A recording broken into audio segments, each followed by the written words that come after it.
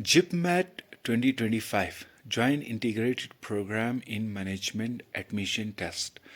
तो इंडिया के अंदर 5 ऐसे आईएम्स हैं जो इंटीग्रेटेड प्रोग्राम्स करते हैं मैनेजमेंट में, बिजनेस एडमिनिस्ट्रेशन में। अगर आप बीबीए करना चाह रहे हो या आगे जाके एमबीए करना चाह रहे हो तो 5 ऐसे आईएम है जो कि इंटीग्रेटेड प्रोग्राम जो है वो कंडक्ट करती है।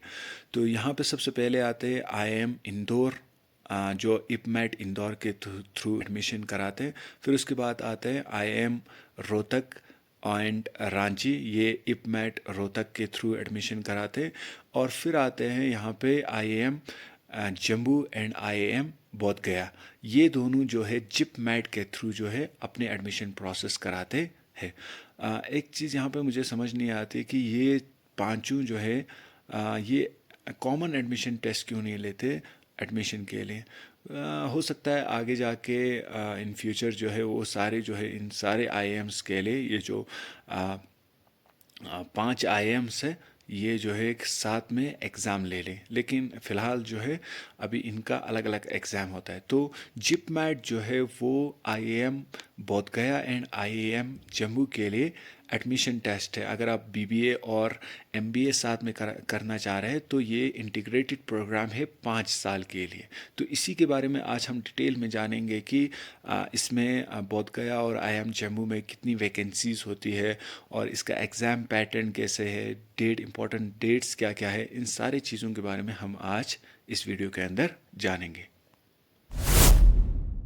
एलिजिबिलिटी क्राइटेरियाज की अगर हम बात करें तो आईएएम बोध गया के लिए यहाँ पे 12 क्लास में आपका 60% होना ज़रूरी है। अगर SC/ST से हो तो 55% से भी चल जाएगा। यहाँ पे जो है 2024 के बच्चे भी जो है वो ये एग्ज़ाम दे सकते हैं। और अगर इनटेक कैपेसिटी की बात करें तो यहाँ पे टोटल 120 सीट्स है। इसी तरह से अगर हम आईएएम जम्मू की बात करें तो यहाँ पे टोटल 140 सीट्स है।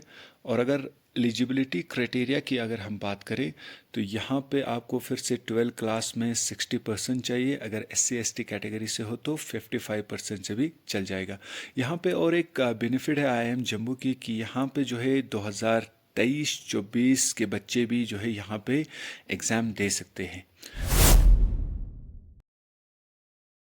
इसके इम्पॉर्टेंट डेट्स के बारे में थोड़ा जान लेते हैं।